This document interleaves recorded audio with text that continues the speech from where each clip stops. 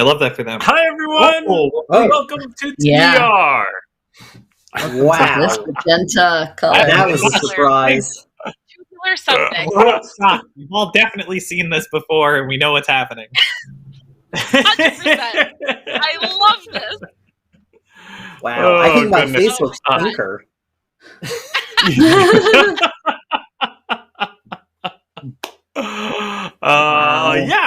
Welcome. This show looks a little different from what folks remember in the past, perhaps. We are no longer 10 Dead Rats. We are now TDR, the Dynamic Review. Oh, there we go. Ooh. I like that. It's like TDR. The Dynamic The dynamic. No, you don't like that one. We'll change it. We'll change it later because as viewers of Wandering DMs know that titles determined randomly. So that's the best one. I think it's TDR if anyone asks. That's what you said. I love that. What? Excellent. So what's going on with the new show? So basically, we finished our Warhammer campaign last season. So that's done. We're not playing that game anymore. And we talked about what to do next, and we thought it would be interesting to kind of change up the show such that instead of running one very long campaign, we will run more small, shorter games, like maybe 3 or 4 sessions each. Try out a bunch of different systems, get to play some different kinds of games, and then come back as a group at the end of each game after 3 or 4 sessions of playing a game. Maybe some more. Maybe some will go a little longer. Maybe some will be really short. I don't know. We'll find out. But then we'll have one end cap episode where we'll just talk as players about what we liked, what we didn't like, where the system worked for us, where it didn't work for us. So it should be interesting. We should be able, I think, across a couple seasons of this show to get to see a lot of different role-playing games. So I'm looking forward to it. It should be fun. Yeah, hopefully no one goes blind from this color. Yeah. No end of shit about the magenta color scheme. I'd like to know the weird exact retro. I have a lot of research I want to do. You don't have a color you just picker? paint your whole house. We will be changing up DMs, different GM for each game. In fact, I will be out of the hot seat at last. I'll get to play. And in fact, starting us out will be Colleen. Will be picking up the first game for us next week. Starting next week, Colleen, you want to tell us a little bit about what you're going to run? Yeah. So the game is Kids on Bikes. Kids on Bikes. And it is a player narrative-driven game, which means I don't have to do a whole lot of work. It's great. It's just my kind of cup of tea. But yeah, it's a game of whimsy and coming of age. It styles itself after genres such as shows such as Stranger Things or movies like The Goonies, E.T., those 80 feel-good shows where kids are on bikes and they find a dead body and they poke it with a stick and then weird stuff happens to them. And sometimes there's a conspiracy. Sometimes we can get really dark or sometimes we can get super whimsy and weird. There was one time I had people become cats. It was strange. But it's all up to the players. So the first game, we're going to create the town, which has a bunch of different rules around it. I'm really excited about it. So everybody gets to see us make a village. And the only limitation is that it has to be a small enough town that you can get anywhere by riding a bike. And you don't, and not everybody has to play kids either. So you can play kids, teenagers, or adults. They all have separate rules. Kids tend to have. It's all based on what you fear. So kids have fears like the dark and monsters and stuff that adults aren't afraid of. But they aren't afraid of things like mortgages or losing your house. But adults are. Adults are worried about taxes and divorce and stuff. While teenagers are afraid of things like social pressure and going to the prom and am I going to pass that math test and get into the college I want? Yeah. And Max if is like, you play as My elves, fears do they my also fears ride are all locked into teenage years. At no point have I Oh my evolved God. fears beyond that period of Max life. is still worried about prom. I mean, I didn't go to prom, so it could happen at any point. You never know. Oh God. Awesome. Well, we will start that game next week. But for now, for our starting episode, we are going to begin at the end, and we're going to do a review of the 10 Dead Rats campaign that we just completed over the course of the last 2 years. So only a little bit to cover over the next 2 hours. Good Yeah, riddance. should be easy peasy. yeah. So, for those who don't realize, 10 Dead Rats was a Warhammer Fantasy game. We used a custom set of rules that I wrote, which is available at the website 10deadrats.com, which is a variant of another set of rules that was called Small But Vicious, or Small But Vicious Dog. Small But Vicious Dog? I think that's what it was called. Which is all a play on pieces of equipment that are available to the Rat Catcher class in Warhammer Fantasy Roleplay 2nd Edition. The Rat Catcher class came with a small but vicious dog, as well as a pole holding 10 dead rats, or 1d10 dead rats, I believe, was actually how many rats you got. You had to roll. That would be the only That roll would be you get the a 10 maximum on, number of of rats. course. Yeah, exactly. No, Yeah. it fits so many rats on a So- pole. So I didn't want to run. So we were running. Let me go back. So we were running campaign material written for the first edition of Warhammer Fantasy Roleplay called The Enemy Within. Very classic campaign. It's been around forever. People have run it a billion times. I tried to run that once using 4th edition Warhammer. I wasn't totally pleased with that, and that's what led me to eventually writing my own set of rules. I'm curious from other players who have played other editions of Warhammer, how do you think our custom rules stacked up? I missed the job progression, but I didn't miss percentile rolls. The rolls felt a lot better, but I really missed the job progression. Career progression, whatever they call it. Yeah, the career progression, which I think is really heavy in 1st and 2nd edition, but by 4th edition, I think it's kind of they kind of moved away from that as well. Christian, have you played much Warhammer RPG? Yeah, I played a bit with you. I guess just the older versions. I've never run it. Yeah. I also am an opponent of percentile systems generally. So yeah, didn't miss that. Yep. I do think it did feel, and I don't know, maybe it was just because I was playing the only character in our game that actually like got into combat and got into a lot of fights. But I did feel like with yours, we were sort of perpetually at the low career, low skilled point.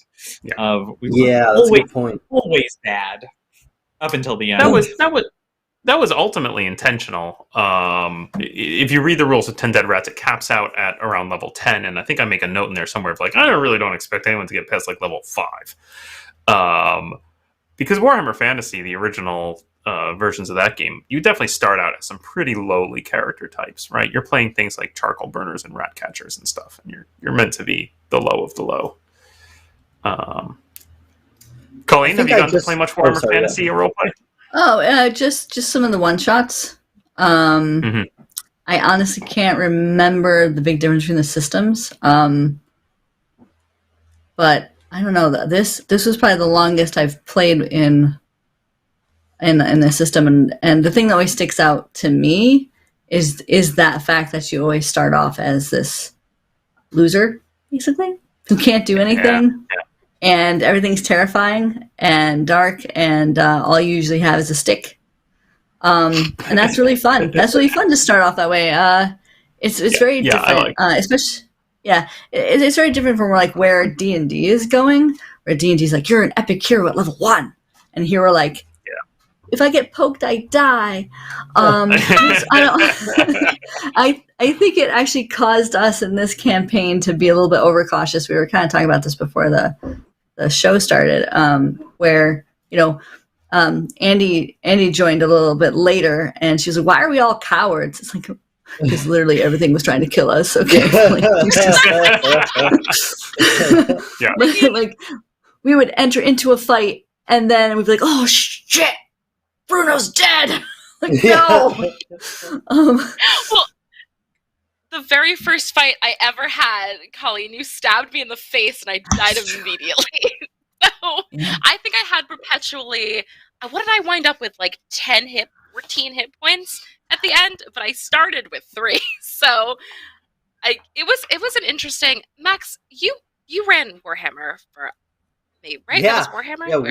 We briefly played a 4th edition game. It went so well that I hated it so much that we just stopped like 4 sessions. You went so hard. You were like, I never want to run this again. It was very different, very crunchy. But it's fun to like progress through career changes. I remember one of our players was like way more devoted to career changes than like actually the fights, and started like sort of collecting things for the career change. That was kind of a fun role-playing like caveat to it. But I don't know. It was, you're right. It is sort of fun to be cowards and to be like, if I get breathed upon, I'll die. If someone's got a shield, it was over. If I couldn't cast magic missile, it was over. I thought that was we had so when I wrote the rules are basically just how can I warp original Dungeons and Dragons, the 74 edition of D&D, and play Warhammer on top of that. And I really just wanted something much, much lighter, right? I wanted to get rid of that crunch because I thought, I want to be in the Warhammer world and I want to play around in the Warhammer world. But mostly I knew the show was going to be us talking, right? It's going to be us kind of BSing. And I thought that would be more fun to have some rules that just kind of get out of the way. Surprise! It's just us BSing for 2 hours. Not willing to just like go on a shopping trip for the entire session. We had to talk about that like before our finale because we were like, we can't do that because we have to end the show. Well, what's hilarious is that I hate shopping. I'm sorry, I just have to say this. I hate shopping and role-playing games. I hate it. Anytime I'm like in a D&D campaign, so I was like, I'm gonna go to the market and find myself a magic shield. I'm like, I'm not doing that. No, that's boring. I hate that. But in this game, for whatever reason, I was like, let's put on hats and have a montage. Because we were never shopping for anything useful. We were exclusively shopping for flavor pieces. We shop for clothes like a lot. I think Bruno spent most of his money on clothes. And I'm pretty sure I'm the only one who knew what they were at any point. Quite a range, as I recall. Don't worry. I don't know where we put all that clothes. Yeah. I particularly remember enjoying the like small child sailor uniform costume. That was a very fancy giant neck ruff. Giant neck ruff. Yeah. Good stuff. And I liked it that one thing I liked about the shopping. Shopping. The one thing I did like about the shopping though is like really early on, we're like, we're gonna go look for stuff. And we would have these little moments while shopping where either it was about really we were shopping, but the scene was about something else happening. Like whether it was like an interaction between the characters or relationship, or like Orlok shows up in a perfume shop and you're like, oh crap. Right. And it was really good opportunities like that to actually open up the plot instead of just, I'm just here for an item that's going to boost my stats. It's really cool. Yeah. I'm going to waste everybody's time while I look up a chart. Meeting Orlok in the perfume shop is definitely one of my favorite scenes. So good. So creepy. I think that was our first shopping scene. Maybe that really set up our love of shopping. Can't remember why we were there for the perfume. Oh, wait, because we were making Indigo Fancy. Oh, that's right. Wow. Indigo fancy. And we were so dumb. They were like, what do rich people buy? Yeah, like perfume. So let's go get some fancy perfume. But we didn't actually buy it. We were there to steal it. Right, Yeah. we were broke. That's right. Everybody. That's good. Yeah. And something I've always appreciated about the way, Paul, that you run this, I wasn't there for the perfume scene, obviously, but I can see you guys being like, yeah, we need to buy rich people perfume. Paul being like, oh yeah, there's a perfume shop. I'll make a perfume shop. Like, there was never like a stop. It was like, yeah, okay, let's see what dumb shit you're going to do with this. Which makes the whole world seem so much fun. Definitely my preferred way. I do enjoy improvisational DMing. I like it when the players go a little off book. That was always actually part of this. When we set up the campaign, I said I was going to run the enemy within, but I was fully prepared for the players to take it completely off the rails if that's what they wanted to do. Generally, you guys followed the plot. Generally, you stayed on. It's kind of on. There was a few moments where I thought like, oh, this is it. This is where we're taking a left turn, and then somehow we managed to like find our way back. Well, we felt one of my big questions is what would have happened if we really did try to go to Bretonia, which I heard is great this time of year. That was really. I really think there were moments in the game where we were very close to deciding to do that. Yeah. I don't know if it would have happened, but I feel like the drug delivery was. I definitely did not.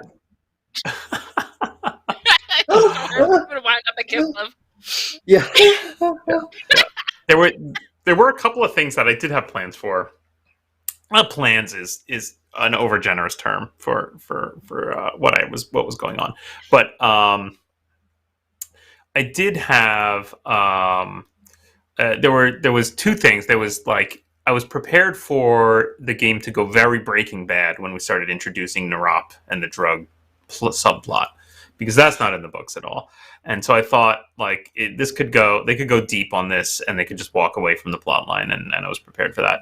And the other thing was the Skaven subplot. So the Skaven appear once or twice in the books, but they're very minor. They're like just there. Yeah, they're Skaven, and they're kind of interested in stuff, but yeah, it doesn't really go into detail. So I think there was a point just after the castle, when you guys were underground trying to rescue Bruno. Was that what was happening? I think Bruno got abducted or something. And it was getting a little kind of Skaven-y, and I was like ready to get out a bunch of Skaven source books and go into some kind of weird Skaven plot line. Yeah, what was going on with them? What? Oh, yeah. What's that? Well, the Skaven by Warhammer, by sort of Warhammer canon, the Skaven have multiple clans who themselves are infighting. So there are multiple Skaven clans that are infighting about generally what they want is Warpstone, and as you know, Warpstone was pretty central to our plot of it was what Narop was made out of, and so. They wanted to control it for different reasons. Notably, I know there was at one point you guys saw the sort of the plague rats, the clan of the worst one. Yeah, Clan Pestilence, who they were kind of involved in getting the Narop up to the doctor who was living in town near the castle, who was basically poisoning everyone in town. I don't think you really got dug into that subplot. That subplot is actually in the book of this weird doctor and his attempt to poison the whole town. Isn't there rope in the book? No, but he is manufacturing a strange drug that is made out of Warpstone. So it was actually very easy for me to go, oh, well, that's clearly Narop. Nice. That was just me weaving bits of what was already in the story into what you guys were interested in. Yeah. But that I was prepared for, like, as you were getting into that sort of drug plot line, for it to be possibly, very Skaven heavy. Anyway, we didn't go that direction. I think you rescued Bruno, and you got the hell out of there as quickly as you possibly could.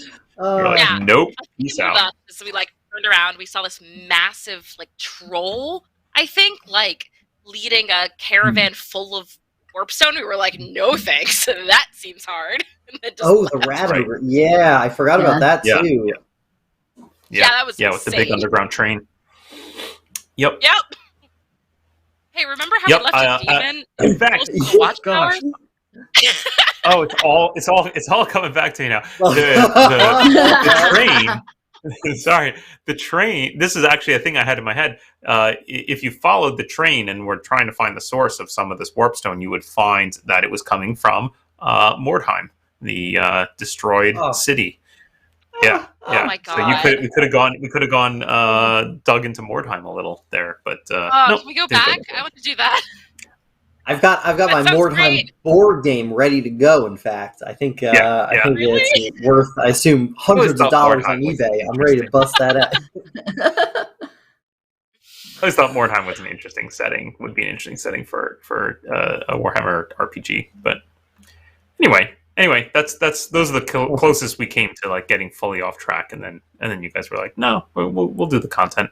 Although there are cases where also you kind of like breeze through, like the whole castle.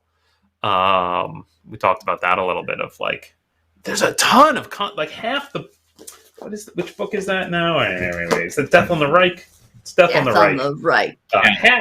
Half that book is about the castle. Half of this book is about the contents of the castle, and you guys just zip through there. You're like, nope. Because we were still like terrified.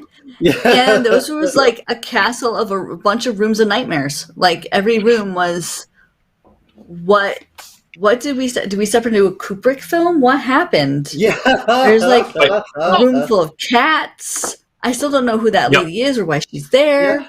I don't care. She's pit. What was in that pit? What was in the pit, Paul? I want to know so bad. I have a picture here of the pit, of the contents of the pit. Holy shit! Yeah, I'm so glad we didn't go in there. Makes sense. Oh my god! Yep, it's pretty gruesome. It's pretty gruesome in the pit. Writhing shapes of withered gray limbs. It's just like a big sloth trough of former people. That basically is where Marguerite was tossing her failed experiments down to the pit. My real disappointment in the castle that you didn't meet, though, is the lord of the whole castle, Ludwig von Wittgenstein, who has been turned into a giant cockroach. What? And, so he's a giant anthropomorphic cockroach, and he's actually a really nice guy. So that's my favorite part about that bit of content is he's actually nice and helpful and would be happy to chat with you guys. So I thought that would be super fun to roleplay. Oh, but you guys avoided him entirely. Where is he? Oh geez, where was he? He was in one of the many houses we walk right past. Well, he was in a separate tower that is across the pit on the other side of the castle. And you guys kind of looked over there a couple times and were like, not going over there. Yeah. There was also a temple that had been taken over by a bunch of Slanesh worshippers, and you said probably best that you didn't go there also. Yeah. Wait, didn't we walk into that temple? Did we walk into it and we were like... Yeah. I think you like poked your heads up and you were like, no. Yeah, we did. We were like, oh, maybe this is a Sigmar tent. Nope. Oh, sorry, we didn't mean to interrupt your wonderful you're ooh, eyes wide shut, gotta go, bye. I said Kubrick film. Let's leave. Let's go. Part of, I guess, like my mechanical issues, or I don't know, it was fun in this game because it was fun that we couldn't fight, but like everything I know about like OD&D and Warhammer made me look at what was on my character sheet and be like, this is not a person ready to get into a fight. Like, there are none of the things required for it. I feel like Colleen and I were maybe most saddled with, like, even the abilities I could pick, none of them would have made me any better at fighting. So, I mean, I guess my question is that a good thing or a bad thing? Yeah, I don't know. I think that's maybe why I missed the job change, because maybe narratively it makes you feel like you're getting better without like, I think it would have been cool if I got to erase Barber Surgeon and put Doctor on Bruno's thing. Obviously, that's what he was trying to do. So I think, I think that's why I was kind of like pining for that, because it's like I'm never going to get better at fighting, but I surely should be able to call myself a doctor. Yeah. That being said, you were never that good at fighting, but like if you didn't heal us, we would have all died. It was. I mean, it certainly was a powerful. Yeah. I mean, you were very good at surgery by the end of it. So, I mean, I think it was within your right to call yourself a surgeon. Yeah.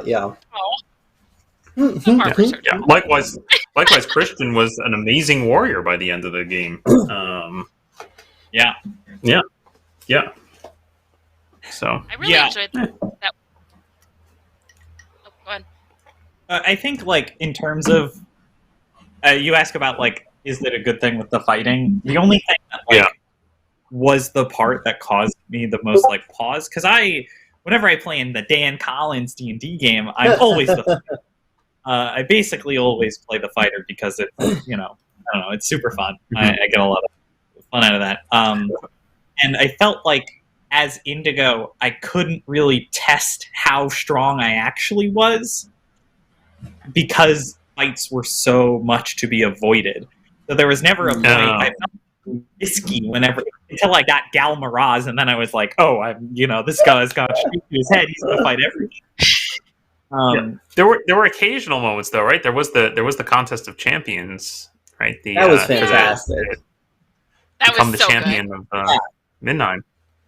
Those were good. Those were good for that. But there was like, anytime we fought more than one person, I would never know, like, knowing that, most of the characters in the group aren't fighters, we take it? I don't know, because I don't know how good my character is at fighting. In actual role, Yeah. Which I don't know if that's a good or a bad thing, but that is... Yeah. I mean, it certainly shaped the campaign. I don't know. I don't know either, frankly. I enjoyed the direction the campaign went. I do find it a little, I guess, refreshing. I played plenty of D&D games where it's much more tactical, or at least where combat is featured more heavily. And the fact that you guys were like, nope, we're gonna talk our way or run away from everything. I enjoyed that. So it was fun for me. Yeah. I did like it. Yeah. I was joking earlier, like it really felt like, especially like later on when I got more magic missiles, like any fight we had where nobody had a shield, I could just kill whoever, and any fight we had where somebody had a shield, I would sit in the corner and cry. I would try and like dispel magic for 40 years. But like I didn't really want to take too many offensive spells because magic missile already felt incredibly powerful. So I took a lot of like utility spells, which is insane because it's magic missile. But like, it's very much I had like the one thing, and invisibility. Could always go invisible. Invisibility is fantastic. I mean, invisibility the way was that great. Invisibility That was so got funny. used in the game was hilarious. Yeah, chat says that drinking and invisibility was great, and I'm pretty sure that was maybe Mina's second episode with us. And Promptly was like, I understand the tone of the game and how I can use my personal skills to make it even crazier. Yeah, I thought about taking group invisibility at some point, and I was like, no. too much power. Turning a cloak invisible and then putting it inside an empty box was just the funniest plan. It's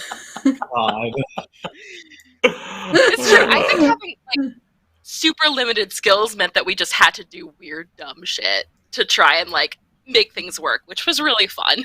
That was great. Yeah. We got an interesting question in the chat here. Curious how everyone felt about the XP system and basing all XP on personal ambitions rather than killing monsters or getting treasure or something else more discreet. I love that. Yeah. I always love when XP is like tied to role playing. It's so much more fun. Yeah, I mean, this goes back to why we avoided half of the places in the castle. Yeah. We opened up those doors and went, I'm not getting XP for this. I'm not. Nope. My personal ambition is, I can't remember what it was during the castle, but I think it was to get out of the castle. Yep. So that feels right. But no, I think it promoted role play. I loved it when our personal ambitions would conflict with one another. That always seemed to happen in general. Of like, oh, I want this thing, but Bruno wants this other thing. Or I mean, I can think of it as I want to be a powerful vampire, and Bruno wants to cure me of vampirism. Or the whole thing with Elvira, where it was like he wanted her to go on a date, and Neffy was like, I'm gonna tell this halfling all the bad shit that Bruno does, because that's just gonna do today. Yeah, like it was good times. That's great. But yeah, I mean, I think it's super fun. Yeah, it makes progression a little bit slower. So like, there was a couple times where it was really hard to meet your personal ambition, or we would get so far in the plot that we have to rethink our goal. And the fact that a lot of the plot's so convoluted that we would pick something that was like the end of the game. Like, maybe we shouldn't do that. We're not going to figure out what the purple hand is by episode 3. Yeah. That's true. Yeah. Christian, thoughts on the XP system? I liked it. It was way different for me, just because I'm not used to playing games that have that much like mechanical incentive behind role playing. But I did like it. It did feel, especially near the end, kind of hard to think of one. And I think that's just the context of our show, of like, well, we got to end the show, and we're nearing the end, and all of this important. Right. What is my personal ambition, if not the same thing as our party ambition, right? Yeah, that's true. Certainly, as you approach the climax of the entire show, it does sort of become like, well, there's one thing we're trying to do, and let's wrap that up and not leave loose ends.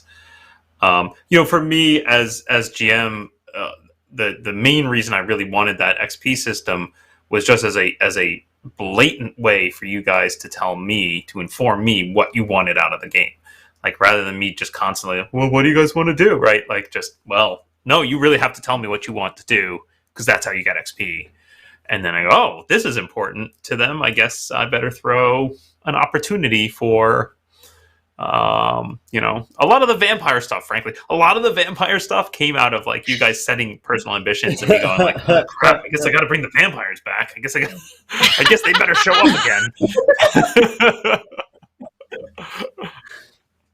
Yeah, I always love it when, like, XP is tied to the kind of game that you want to play. Like, I really enjoy how Blades in the Dark has that thing where the more desperate of an attempt you make, the better that's how you get XP. So you're always trying to make these, like, desperately stupid, like, risky things, because that's how the game wants to function. So this felt like, I think it was best played when our personal ambitions were, like, crazy personal. When I was like, I want to get a date with this wizard. Like, that's when I had the most fun. I want to impress her.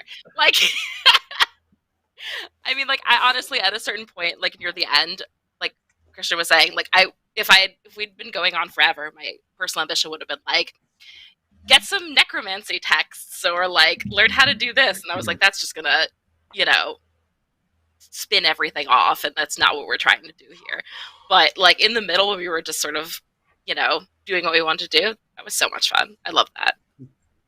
It's a pretty cool way to figure out what we want, Paul.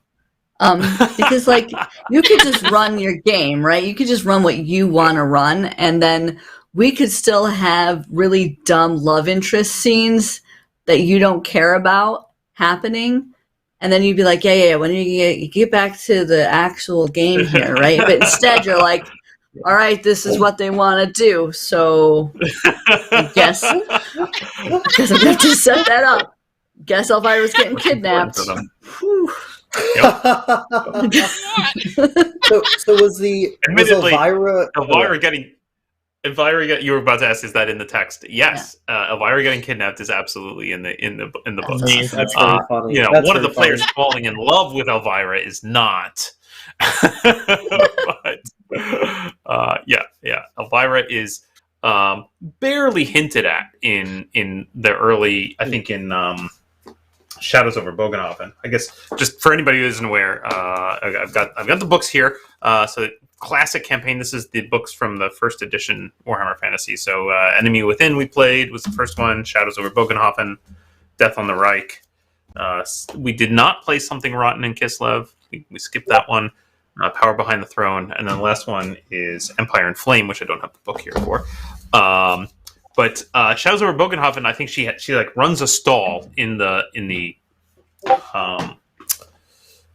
thing. What is it? The festival, and she's just the kind Schaffenfest. the Schaffenfest, and she's just kind of idly placed there as like, she's here just in case anyone's like.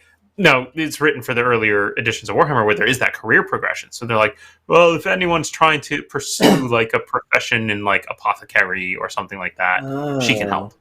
Right. But then they're like, and she's just there as a foreshadowing because she's interesting in this later bit where she gets kidnapped.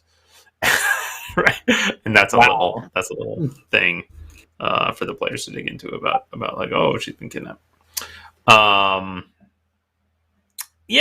So obviously that was that very fun, though. Made it to a more interesting NPC than was originally intended.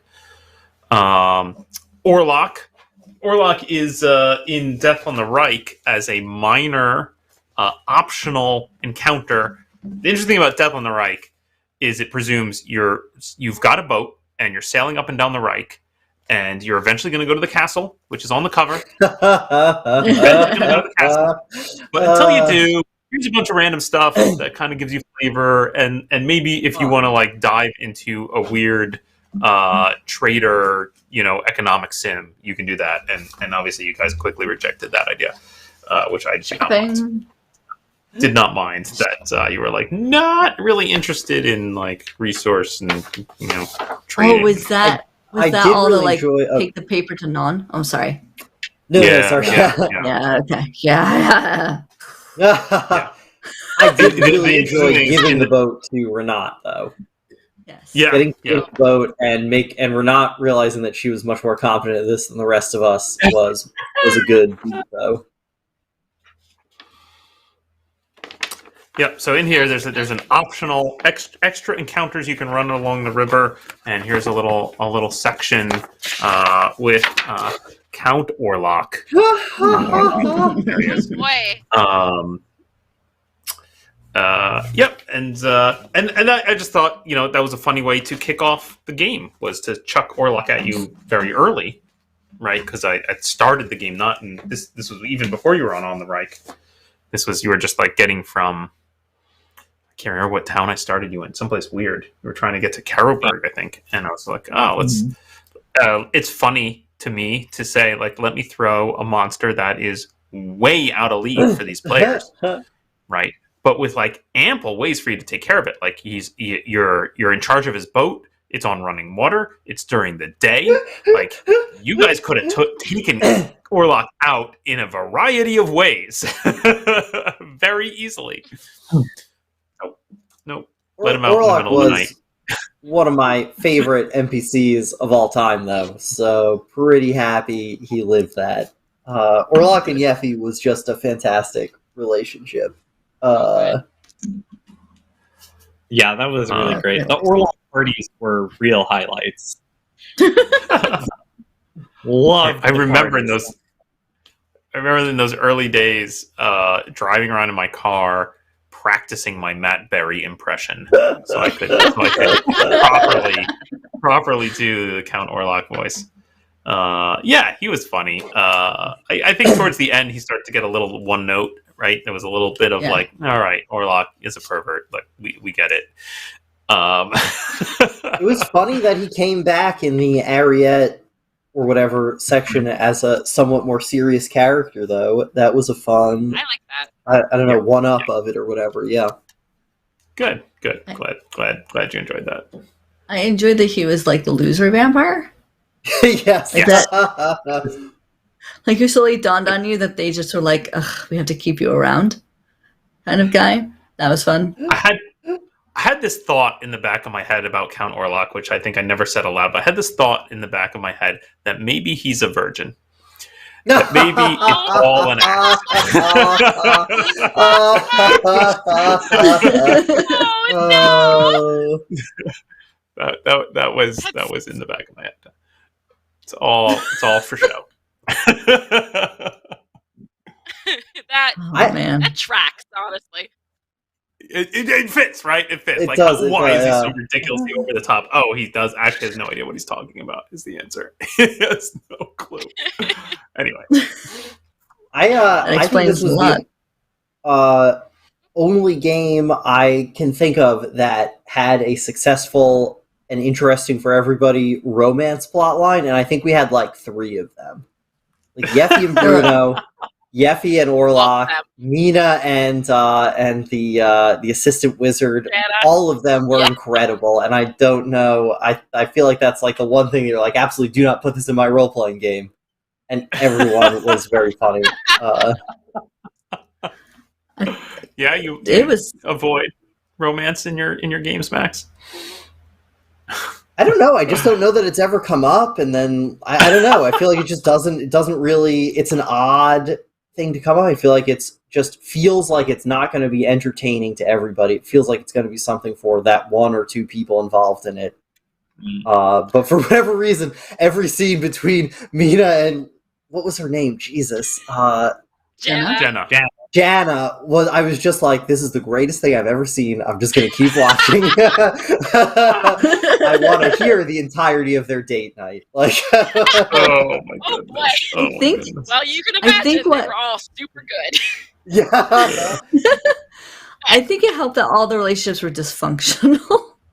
Well, yeah. Like that's what made it entertaining. And for a little while, I did think that it just had run its course, and we're like, okay, this joke is over now. Like, we've just finished it, right? Like, how long can the will they, won't they, dysfunctional, abusive, toxic relationship of Bruno and Yeffy go on? But then, like, years it turns out. Yeah, well, I feel like there was that turning point with the stinking rat that happened, where I was like, it's over, and then it turned around, and I was like, "What is happening?" Okay, I guess we're keep going with this. Then, like, breaking up with Max was kind of devastated. I was like, "Oh, Bruno definitely didn't mean to." I didn't even realize that was going to be upsetting. I was like, "Oh, Bruno's got to get back in her good graces now." Oh my god! No, it was just funny. I like how Bruno was routinely taken down a peg, right? Like his attempts at romance with Elvira were just miserable failures. And then like he desperately sought to try and like prove himself as a necromancer. And then Mina shows up and is just like, well, this is how you do it. I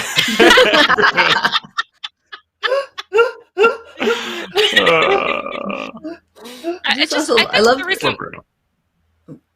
Oh, I was going to say, I think the reason that Bruno and Yeffy work so well together is they just made it everybody's problem. Like, we all That's right. So what you're saying is that really why it worked was because of Indigo. Because like Mina came on the scene and was like, what is this happening? It was like just let it go. Yeah.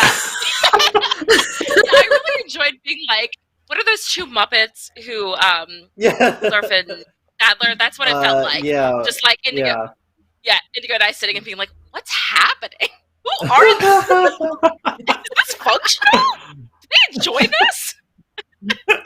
It was just great. I loved every second of that. It was so much fun. But I do have to, if I had to, sorry, go ahead, yeah. Oh, I was going to say, we should have had an episode where we tried to get Indigo a date. That would have been great. I mean, Indigo's like arm's reach approach to every happening was also one of my favorite things. Like the way Indigo rolled with the punches of like mercenary stuck with these idiots, chosen of Sigmar, everybody wants him to be emperor, at like evil cult leader, doppelganger. At no point did Indigo seem perturbed by any of that. He just kept plowing forward, which was so funny. It was so good. Like, any single one of those things happening to any other character would have derailed that character completely, and Indigo just plowed ahead. Like, yeah, Indigo's just like, yeah, this is happening to me. And Bruno and Effie were so full of themselves that they weren't like, who is this guy? They were just like, yeah, it's normal. Like, yeah. That's Indigo. He's chosen by God. Looks like everybody. Yeah. I'm trying to remember. So as I'm sure everyone is well aware, the enemy within, the starting adventure of this campaign involves the group finding a dead body that looks just like one of the party members, with a note in it that says that they're due a big inheritance. Which amazingly, the text goes out on a limb and it says your players will definitely try to impersonate this person. That will happen. And so far, every time I've run it, they're right. That is exactly what the players try to do. I'm trying to remember why I picked Christian specifically. I mean, apart from, obviously this. Oh no, I lost it. What happened? There we go. Yeah. Besides this truly delightful piece of artwork. I'm thinking it was just in the early moments of making your characters that everybody had such wacky characters. I was like, let me get the most straight man character and let me get them and pull that person, because this person's going to get screwed with the whole campaign. So you won the lotto there, Christian. You're welcome. Wow, thank you. What is the genesis of this photo? I mean, obviously this is directly from the book, exactly what it looked like, but what is the genesis of this photo? Like how did it actually get created? This is right.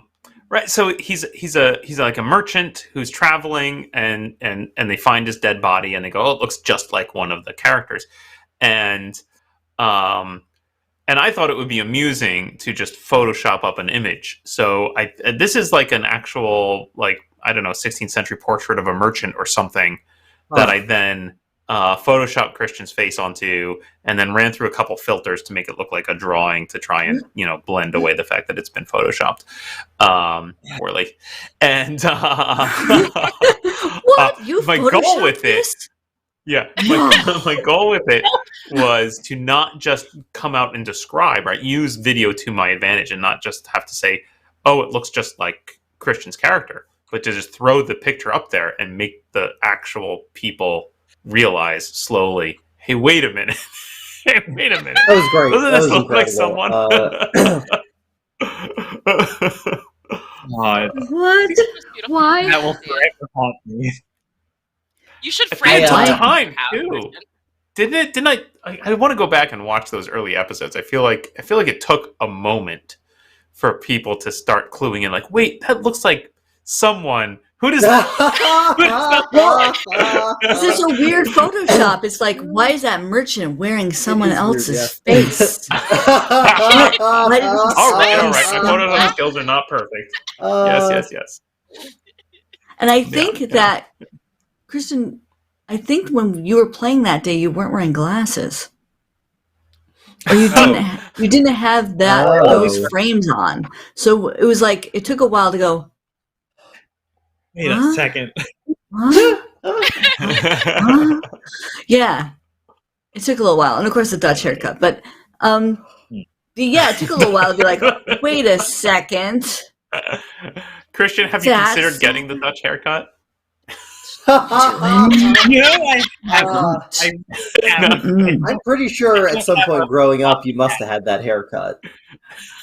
Probably. Oh my god. Like when you were 7. Stop. Yeah. Oh my word. Yeah. Yes. If I ever cosplay as oh my gosh, what's his name? Castor Lieberung? Castor Lieberung, yeah. Cosplay as Castor Lieberung. I'll get the haircut. There you go. Good. Should. It's a big beauty. Definitely the best handout I've produced for the entire campaign, and always delighted in any excuse to get it up on screen. Always. I had a T-shirt made for Christian with that picture on it. I had to send the picture to my wife to make her Photoshop it to make it print well on the T-shirt. And then she was cleaning up she got a new computer and she was cleaning up her old computer the other day. But when I walked by, she just had her computer open. The only thing was a full screen picture of that image that it looked like she was just staring at. So I think everybody likes it. Totally understand that. Yeah. It's her wallpaper now. Oh God. Oh, that's great. That's great. Does the book assume that people will impersonate Castor Lieberung because of money? Like they just assume you're going to be money motivated? Yep. That's the assumption. Like your players are going to want this much. And the interesting thing is, I took the advice. Actually, there's another podcast, an older podcast of a group of players who played this campaign, which is worth a listen if anybody wants to ever go listen in. Hear a different group tackle it. It goes a little differently for them. But I took the advice of the DM from that game, who radically reduced the amount of inheritance. So in the letter that I showed you guys for the inheritance, it is much less than what is in the text, because his assumption was, well, anyone who sees that much money is just going to assume that it's a scam. Like it's got to be something vaguely reasonable, and then you throw in some offhand mention of like, oh, and there's a wine cellar, fully stocked wine cellar estate, blah blah blah, and then they're like, oh, I like that. That sounds nice. Yeah, not with our group. Our group was super money owner oriented, and some of us had negative intelligence, so we were like, yes, also dress up is fun. So fancying up Indigo was fun. So it was fun. No, that's just super interesting that they assume you'd be greedy. That's all. Yeah, yeah. It is interesting, right? And it feels, when you read it in the text, you're like, you're jumping to a conclusion here. Like, what if they don't? Right? Does it derail the whole campaign if they decide, nah, not going to do that? Yeah. But so far. Couple of times I've run it, and the time I listen to it, that's exactly what the players do. They're like, yes, money. We're going to make a fortune by pulling the scam that you, Mr. DM, never saw coming. You thought I'd just ignore this character who looked exactly like me. So clever. Christian, as the sort of most morally upright character in the game, did you ever second guess that? Were you ever like, maybe I shouldn't impersonate a wealthy dead noble? Absolutely not. No. I do find it very funny how Indigo had become the most morally upright character, because my intention was, finally, literally when I was making the character, my thought was, I'm tired of being the good fighter, the paladin fight. I'm just going to be, this whatever, super pragmatic fighter. And then became the moral center when I got chosen by God. I feel like you can't get chosen by God without having a religious kind. Oh, see, because I thought you did a good job with that. I really felt like even past that, Indigo, I felt like, did not become any more moral. He simply fit decisions he wanted to make into the framework of what Sigmar would want. I think you were just stuck with being relative to the rest of the party, and in any other group, Indigo might have been the wild one, Yeah, like, you're the moral center of this party, but look at the things that we did. Right?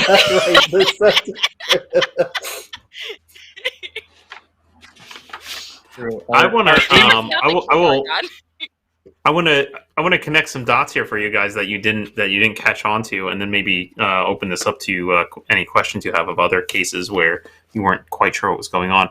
But just so you know, the inheritance letter was, of course, a scam. There was no inheritance. That was BS. And it was sent by a bounty hunter. There was a bounty hunter named Adolphus who was eager to track, who knew what Castor Lieberung was up to and wanted to track him down and kill him. So it was bait to bring him down to You met and killed Adolphus. You met that guy because because he thought that Christian was Caster Lieberung and was his quarry and was trying to kill him. And so I don't know if you remember that, but somewhere along the river, you guys met and killed Adolphus. He was kind of like, he was shadowing you for a while. He kept kind of showing up in like darkened doorways and stuff and looking at you, and you're always like, what's up with that dude? Was that the guy I ended up stabbing? Yeah, I think so. Yeah. Was it my first murder? Wow. Your first murder, yeah. That was Adolphus, who was ultimately good dude. Ultimately good dude who was trying to do right and kill a chaos worshiper. Yeah. I thought we all knew that. I thought because he lit our boats on fire. He did light your boat on fire. Yep. Oh, that was him. I thought that was the Purple Hands who had done that trying to get Caster. Wow. No, it was Adolphus. Because Caster, Adolphus was the entire time, Caster is an outcast from the Purple Hand, right? Yes, because he's vanished. He had instructions to do shit, and he just disappeared. And they were like, what the hell? And they had caught wind that there was this inheritance. And so they were like, hey, the cult could use that inheritance to its ends. Where's our money, Caster? So did he just die from a Beastman attack? Random mutant attack. Yep. Oh, okay. Yep. Random mutant attack. It was a terrible time to be alive. There was no conspiracy there. Warhammer World's just a dangerous place, man. Just happened. You and your group just happened to come across it. I felt like that guy was either. We definitely knew he was against Caster. We just didn't know why, right? We just didn't know which group he was affiliated with. We're like, oh, maybe there's two different groups or something. So we figured out the Purple Hand. We're like, well, maybe he was from a different group. And then we heard about the Red Crown. Yeah. But yeah, we never went back and thought about that ever again. You know, it's all good. It's all good. The purple hand then is just a lot of fun to toy with who they think is Caster, who they think has gone rogue now because they're like, I don't know, he got some inheritance and now he doesn't listen to our commands anymore, and he's not doing his job, and he's running around the countryside doing whatever the hell he wants, and often like getting in the way and like ruining our plots. What's up with this guy? We did not like Caster. We were not pleased with his performance. Wait for your annual review.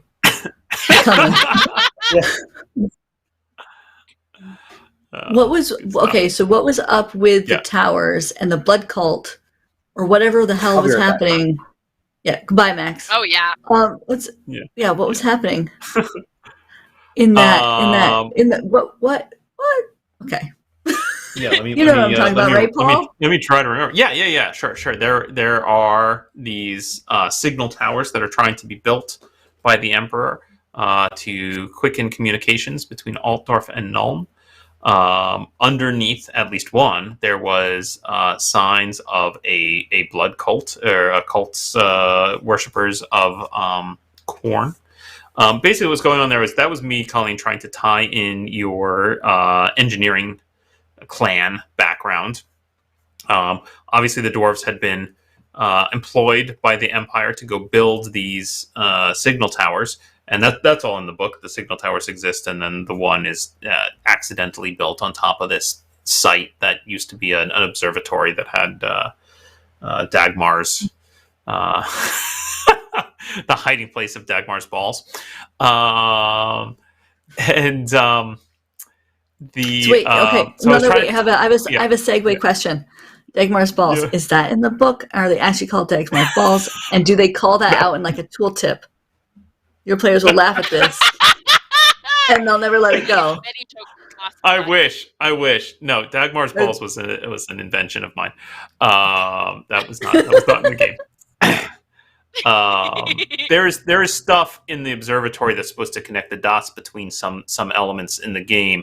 But then, Colleen, you remember your intro for your character was that you had stolen something of value from the engineering guild, and so I decided it would be one of these 3 keys that you need to open up.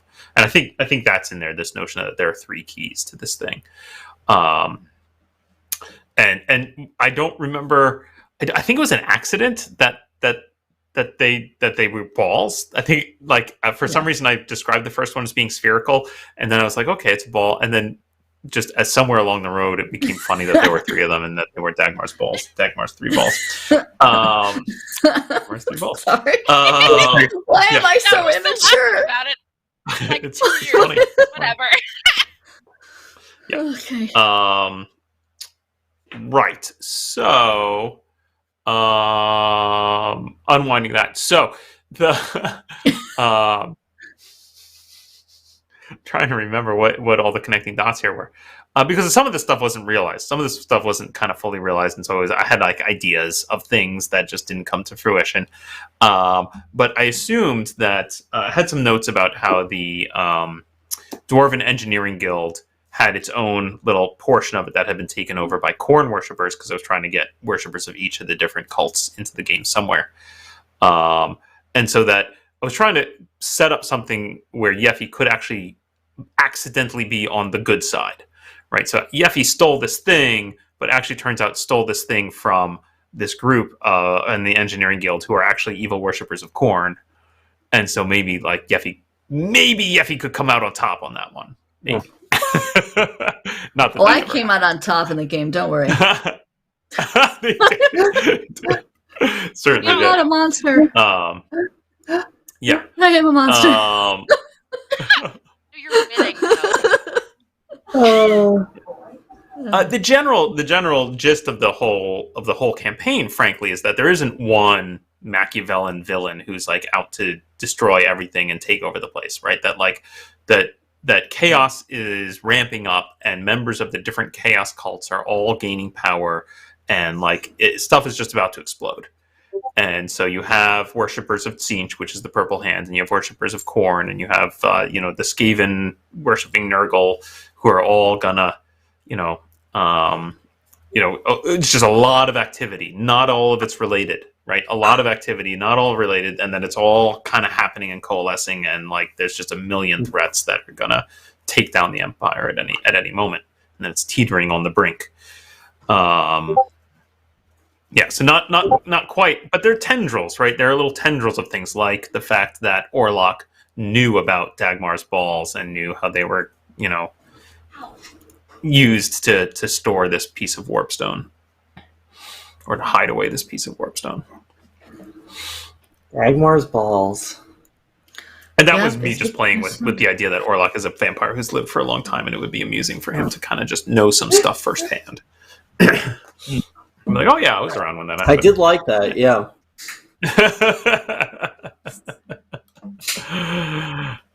yeah. So that's the gist. I don't think I really got to flesh that out fully because you guys didn't really pursue it very very long, and so I was like, all right, I'll worry about this when they care. But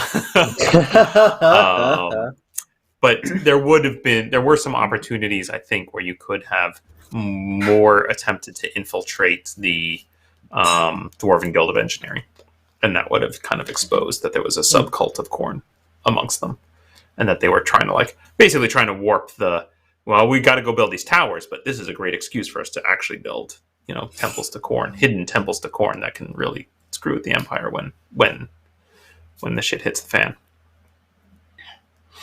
Cool. Yeah, it's really hard to it's hard to fight dwarven cults of Khorne when you're slowly becoming a vampire. Just put it out there. Yeah, that's true. That was an interesting wrinkle. I didn't really foresee that he would turn into a vampire by the time you discovered the temple to Khorne. So, and they're like, oh yeah, that puts a whole different spin on a big vat of blood. Weird.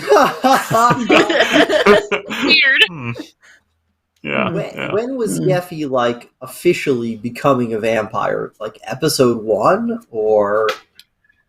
I felt that she was at least vaguely thrallish. That Orlok had drained enough blood in that fight, right? Because I remember that Yeffy was down to 1 wound or something, right? Nearly. I was going to die. That fight. Yeah. So I thought it would be amusing that at least that there would then be this connection between Yeffy and Orlok, that she was not quite a thrall, but in the early stages of becoming a thrall to Orlok. So that he had an excuse to be drawn to her, and she could kind of fall into the magical sway of his influence or something. I think just as we played more and more, I thought it was more amusing to just let. I think maybe Colleen was starting to have some goals. Did you start to make some goals that were like, oh, she wants to dig into the vampirism thing? I think when I realized I was enthralled to some degree, I started just playing up the Renfield angle. Yeah. The game just kind of creepy, and I would eat flies, and I was just, And as that progressed, we just started having fun with it. And I was like, oh, maybe there's something else going on here where Yeffy gets more and more vampiric. And then there was me. I drank that demon. That's right. Yeah. You started actually ingesting blood from different places because you also tried the stew. Yeah. You tried the stew under the tower, and Yeffy's drinking more and more blood. This feels good. I have played a campaign once in the past where I had a player character who believed they were a vampire, but they were wrong. And that was funny. So I thought in this case it would be more amusing to just let her go full-fledged into it. And so sort of as we got into the end and we knew that we're getting close to the end of the campaign, I thought it's time to hit the throttle on this and really let Yeffy be a vampire. And it worked out really well. There was that scene where you were using the vampirism powers to go across the river and spy on the cult of Ulrich, and just like nailing every dice roll. I was like, wow, just that was crazy. Owned this whole he's a great vampire. Yeah. That's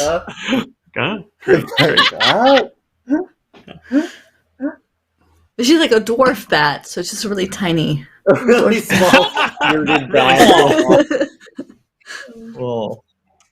Yeah, it was kind of getting weird when I could turn into a bat. I was like, all right, this character's probably done now. I'm a bat. I'll take my little halfling with me and go if he wants to. That was a big thing for we had those discussions where once we realized Yeffy was a vampire and how thralls work, it was like, oh, well, maybe Bruno's actually partially enthralled with Yeffy. And for me as a player, I was like, I'm never going to make you do something that you don't want to do. Like, that won't be fun for you or anybody else involved. And it just kind of worked out that Bruno and Yeffy's relationship is so freaking weird.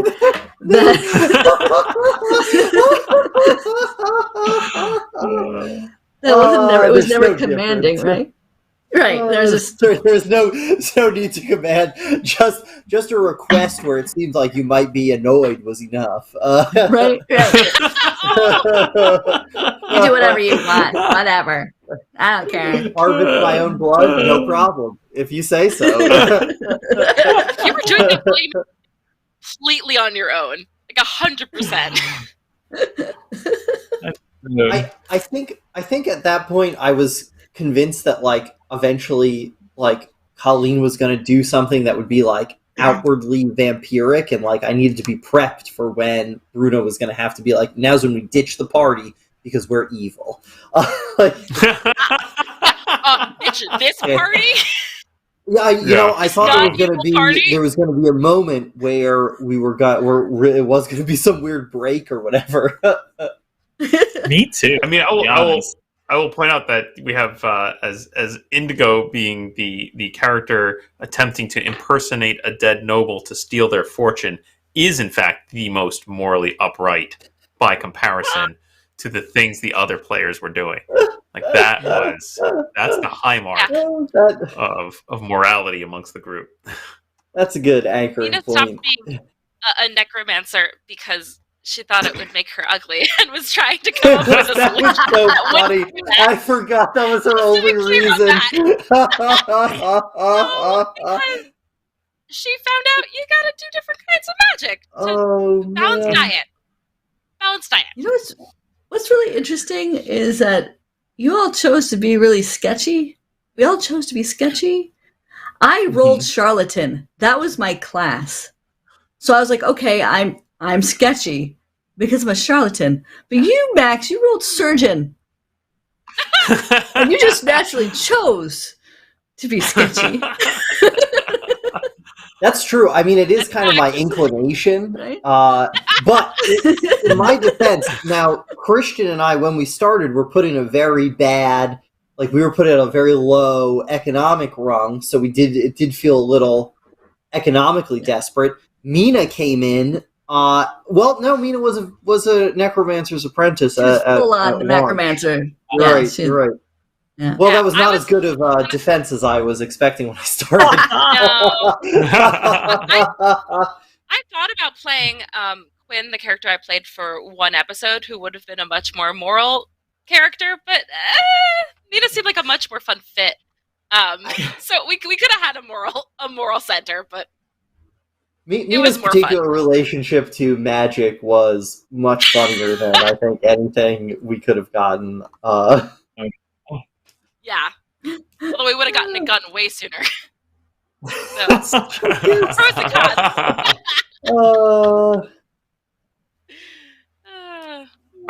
Are there any other points within the plot of the game that you guys still were like scratching your heads over that I can reveal information on? What? Oh, well, no, you go first. Okay. I was going to segue a little bit. You can go. So the only other point, the main one was what's with the Corn Temple, which you talked about. The other one is also, I think, Corn related, which is when we were in Middenheim, there was that other Ulrich who was going to the Murder Stone, something like that. Yeah. No, you were going to go to the Murder Stone too, and that's where that was going to culminate. Not in an all-out attack on the city. What was that? Was that something we could have like gone, or is that just like something terrible on the wind? There are some sketchy notes in the material about how some of the provinces are starting to conflict. Right, so war. This is kind of trying to foreshadow that by the end of the campaign, the provinces should be in all-out war with each other. Right, and so like it really should feel like by the very end of the campaign, it really should feel like the empire is about to collapse because all the provinces are going to go to war, and there's also religious war, and there's just all this stuff going on, and all these cults trying to ruin everything. Interestingly, the scuffle is a little border scuffle just there north of Middenheim, and the idea is that some of the cults are trying to influence this. To basically, the goal of several of the cults is to just take sort of existing conflicts and exacerbate them, right? Because they want the empire to fall. So in this case, they had gotten their hooks into this Sons of Ulrich branch of Ulrich worshippers and convinced, fooled them into thinking that they were helpful and whatnot when they're really a cult, and they were basically kind of feeding this little scuffle that was going on, and there was essentially a warlord up there, a kind of rogue general who was in charge of a military band who was really like digging into the Corn aspect of like, nope, bloodshed, we're going to go and become all powerful so that we can crush this ridiculous whatever other province that we're in a scuffle with. So that was that notion, was that was existing. So you could, again, mostly that's just to foreshadow that there's conflict between the provinces. But I threw it out there as another adventure that you could go on, that you could go down there and get involved in this border fight if you wanted to. And that brings some more Corn stuff into play. There was little bits of stuff. It wasn't a huge thing, but it was a little thing you could have gotten involved with that I think you again decided, this is not the thing we're interested in. We want to figure out what's going on with these taxes. Taxes. Corn worshippers. Screw those guys. I'm sorry. I feel like I was like gung ho on the taxes. I was also really into the tax talk. This is it. Oh, yeah. I couldn't believe people were super into it, and so I was just like, I guess this is what we're doing. I can't believe it from these people, but here it is. I guess I was shocked by it too. That is the central plot to Power Behind the Throne. Is the whole tax thing? I mean, at least that's what tips you into the realm of talking to all the advisors and then discovering like, oh, something really nefarious is going on, and it's more than just taxes. The interesting thing is that's usually the kind of the main complaint about this content. What I see from other groups is that like it feels a bit mundane, right? Feels a bit like, why would we care about a tax conflict? Like, here we are chasing down cults, and there's all this like terror. Like, we just saved the Grand Theogenist, right? Like all this, this big stuff going on, and now we're going to get involved in a tax dispute. Like, seems a bit silly. Are those players really selfish? Because if you think about it, do those players have books and books that they don't want to have to pay for of scrolls? Is any of those players playing a dwarf who might be getting taxed? And any of them written a book that's going to get taxed because of scripts? You hit all of our stuff were taxed. All the stuff that our characters were like, yeah, that's important to me, and it's not fair. So that's the only reason we were like taxes, because we didn't want to have to pay the stupid toll. Yeah, we didn't have to pay that. What was so funny about it was that we all got away with it, and then we were like, this isn't fair. Nobody should have to pay these taxes. That's right. You kind of got a little altruistic there at the end. Like, already got away with avoiding the taxes on your own. Yeah. Was there any way to save Ulrich from committing suicide? Or not committing suicide, or whatever happened to him? Yeah. Oh, okay, so we just botched that. Great, okay. That makes me feel not better. Right! You were supposed to say no. Absolutely could have prevented that one. Yeah. Poor guy. We have to have consequences for our actions at some point, Yeah. We stop those taxes. Oh. I felt like that was a really moral moment. I think you guys witnessed what was going on there, right? You guys witnessed him, kind of secretly meeting with the paramour, and like knew that that was the person he was in love with. This is getting worse, Paul, because I know exactly why we didn't do anything. Because Bruno and Yeffy we were in charge of that one. We were. And you guys were flirting. You guys were too busy flirting. We witnessed it, and then we made it about us. It's a perfect relationship. And we forgot to ever follow up on it again. That poor guy died because of us. Everyone's problem, and that's why it was fantastic. He wasn't that great. Yeah, I forgot the opera scene was maybe my favorite Bruno and Yeffy scene though, so it was worth our Ulrich. Oh my god! Wow, I forgot about that. Loved everything about that town. That was like, that was such a good, like, everything that happened there was great. Making Indigo into the champion was great. All of all the flirting was great. I remember spending a lot of time being like, "What do you think if I say the word taxes?" Just to see what people would say. That was really fun. It was such a good time. It was a very fun flip because it reminded me a lot of our adventure in Bogenhofen, where it was almost identical. And Andy, I know you weren't there for that, but we were there. There was a big event. We found some kind of weird conspiracy going on. Even down to there was a romance, and Indigo was trying to become the champion of something. Except That's in Bogenhofen, jeez, absolutely powerless.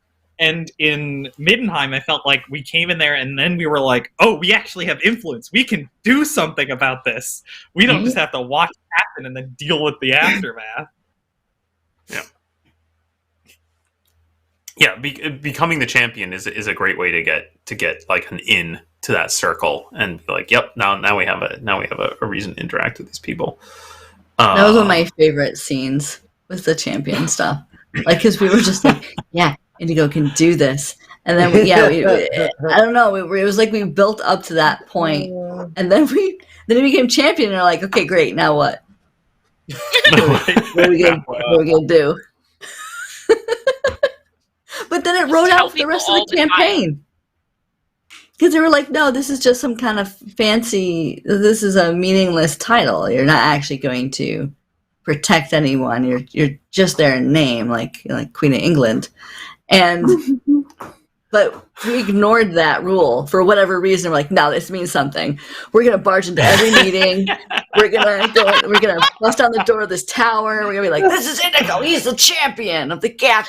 Raph, who isn't even in charge here, okay? But he's here, so we have to listen to Indigo now. I don't know. I loved it. I thought it was awesome. It's very surprising to me, honestly. That whole running that whole section, I was surprised by which elements you guys dug into, and I was like, "Oh, they like this. Okay, great. They like this piece. Sure, why not?" Taxes. Okay. My notes are more taxes. The major change I made to the content of this is there is this elf character. One of the two elves, who I think is a bard, is supposed to be your pal. He's like, for whatever reason, he's just very helpful and informative and like wants to get involved and gives you lots of information according to the book. And I spun that and I was like, no, screw that elf. Let's put a vampire in the city. So that whole area bit was my addition. I was like, I'm going to put one of the vampires up there, who's also like, trying to figure out what's going on. And that makes sense that person would be your ally because, they've got Yeffy. And they're also trying to unravel what the hell's going on up here. That was great. I really liked Ariette showing up there. Ariette was nice, and Ariette for me was a great counterpoint to Orlok. I liked just sort of like having a competent vampire show up and be like, that Orlok Joker, screw that guy. It was also a good point of, we were like, oh, should we trust this vampire? And we're like, oh, this vampire is probably evil, and we're going to screw it. And of course, Yeffy being Yeffy is all like, no, this is great. But for the rest of us, I say it like I'm not playing that character. Everybody else there, we're just like, oh, the vampires don't like these cults either. There's something larger here that is going on that maybe we don't have to worry about the vampire in the room, which is scary, right? Like, there's a bigger threat. Which is cool. Yeah. There's that kind of the enemy of my enemy moment. I love that scene in her parlor where there were just like all of these people who were like high ups in the government were just sitting next to a vampire, and it was so weirdly tense. But we were also talking about taxes, and it was like we knew like Yeffy was safe, but like were any of the rest of us really safe? Like it felt like at any second like we could all get murdered, which was really fun. It was just a really fun way to learn information. Loved having her. Yeah. She's fun. She's a real character in the greater Warhammer world. She's one of the very high up vampires. You're going to ask Colleen about the elves? Just the elves did end up helping us, but they were also elves, so they weren't terribly helpful. I got the feeling that they were in a relationship, and that one of them was like the extrovert in the relationship who was like, no, let's help them. Yeah. And the other one was like, no, don't get involved with them. This is just like you. You always need to make friends with everyone you see. They also could have saved our Ulrich, but got into a big romantic entanglement instead. It's also their fault. Yeah, let's just blame it on the elves. I think they were. That section, that part is the part of the campaign where I had to do the most research and prep, because there are just so many NPCs. I bet, yeah. I had to like print out all the cards and remember all the things and take notes about who's doing what, just to like try to keep it all straight. We had a hard time keeping it strate. Yeah, it's such a hard time keeping it straight. Yeah. I had a hard time keeping freaking Untitled straight. So, so many characters was beyond me. This is more of a question, probably for the group than for just Paul. But why was there a murder? Why was there were assassination attempts on Ernst? Why was he what did he do that was to warrant a murder? I really want to hear about how you guys answer this question. I can answer it, but I want to hear it like Max answer it. Max? Max does not know. Yeah, obviously, I know a little bit about it. Your face was just like.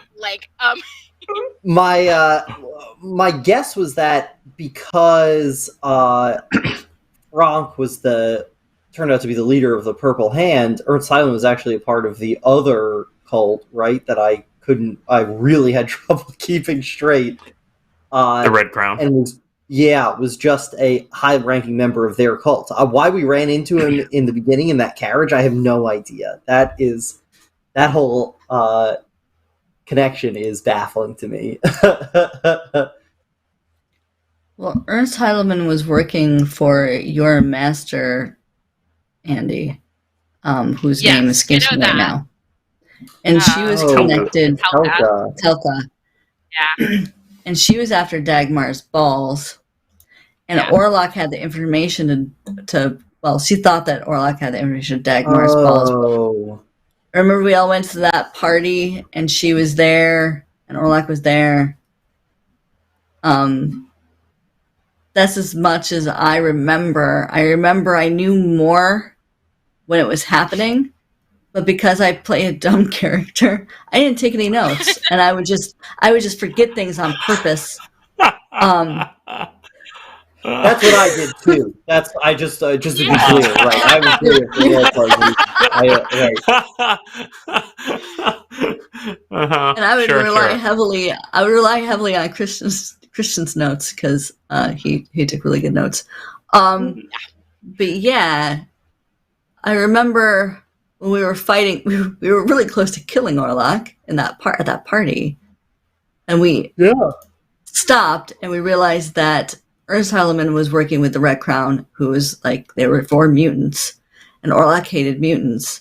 And so he went off and killed Ernst Heidelman and delivered him to us. Now, he might have also partially, this is just a thought, may have also partially delivered him to us because we wanted him dead, and I think Orlok was being weird about it. I don't know. I don't know if he was trying to intimidate us or if he was leaving a love letter. I'm not sure to this day exactly why he dropped him in front of us. But yeah, you got rolled into killing Ernst by Frank, but he gave it another reason why in that conversation. Like the person was causing trouble, and you, if I remember correctly, didn't quite realize that he was asking you to murder him. I don't think for like half an hour or until the show ended, and then we were like, you just agreed to murder him, and you're like, what now? Bruno getting out of that but also succeeding is got to be his finest act of luck and deference of responsibility. The show after that was great. Because Indigo is all like, so you're supposed to murder Ernst Heidelman, and you're like, who? I had no idea. I didn't write down any notes. Maybe we had 2 weeks. I just had no idea who that was or what anybody was talking about. And I was like, are you guys like gaslighting me? Did I miss a session? That was... it's because Andy, we went to those. Oh, sorry. Go ahead. Yeah. I just want to, Andy. What do you remember about Ernst Heidelman? Do you remember anything about him prior to him being killed? He worked for Telka. I was in that party scene, but I didn't understand anything that was going on. What I remember mostly was Bruno just yelling Ernst Heidelman and like trying to kill this guy. Yeah. And I also remember being like, yeah, let's just kill Orlok, and everyone being like, no, we're kind of into him. We found his pet, kind of. Yeah. I was like, okay. If you remember, Andy, I shared with you on Google Docs a one-page write-up before you even started play about like, here's some background for you. And Ernst Heidelman. Ernst Heidelman is the other portrait in that handout. Do you still have that? I don't know if you saw I do that. still have that. I should go dig into that. I'm not the only one. If you I'm not the only one take a who peek beefed at that, it on Untitled. Ernst Heidelman is mentioned in it, and there's two pictures in that. One is of Atelka, and one is of Ernst Heidelman. So the interesting thing about Ernst Heidelman, one is that yes, he's Atelka's apprentice. He's off doing her bidding. So and she's ultimately involved with the Red Crown. So this is Red Crown business that he's doing. And he's on the original. He's just by coincidence on a coach that you guys are on in the beginning, right? There's some beginning scene where you guys are on this coach, and he's there, and he behaves a little suspiciously, right? Because he's got a book that he doesn't want anyone to see that has got some weird chaos shit in it. Is the gist? But you're supposed to. The hope is that you see him and you're like, that guy's a little shifty and weird. I don't know about that guy. So that later when he comes up again, you go, wait a minute, that's that guy from that coach, and he seemed shifty then, and now he's like super shifty, and so I just definitely don't trust him. Right, so he was off. I'm trying to remember exactly what he did, but he was involved in some kind of swindle of getting some money, some funding for the Red Crown,